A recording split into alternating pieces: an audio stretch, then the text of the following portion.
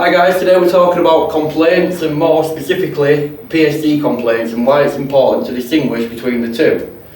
So to start with, we're going to look at the FCA's definition of a complaint, which is any oral or written expression of dissatisfaction, whether justified or not, from or on behalf of a person about the provision of or failure to provide a financial service.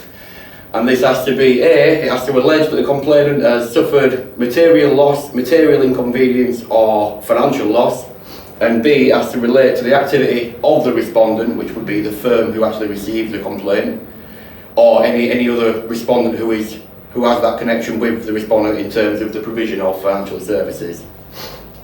So this definition would apply to any firm authorised and regulated by the FCA. However, for firms who provide payment services or e-money, it's important to distinguish between an FCA complaint, which is what this is sometimes referred to as, and a PSD or an EMD complaint. So a PSD complaint would carry a similar meaning to this, however it would be made from or on behalf of a payment service user. So essentially what that means is that it would directly relate to the provision or lack thereof payment services. And this would be the same would apply to an EMD complaint. So the reason why it's important to distinguish whether a complaint is in fact an FCA general complaint or a PSD or an EMD complaint is because different complaint handling time limits apply. So for any sort of FCA general complaint, the respondent must produce a final response within 8 weeks of the day which that complaint was first received.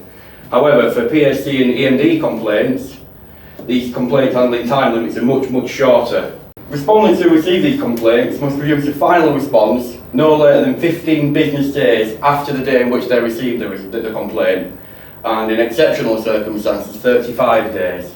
So it's quite easy to see then how a newly authorised payment services or e-money firm could actually be applying misappropriately the wrong complaint handling time limits, which are of course, potentially get them into hot water with a regulator. So what these firms need to do is need to make a decision. So they can either apply the PSD and EMD complaint handling time limits to all of the complaints that they receive, and this is perfectly fine in the FCA state that in the handbook that this is fine to do, or what they would need to do is actually when they receive complaints, they would have to have some kind of mechanism implemented in there which actually allows them to make an assessment and a judgment as to whether a complaint would qualify as a general complaint or a PSD or EMD complaint, which would then obviously allow them to act appropriately.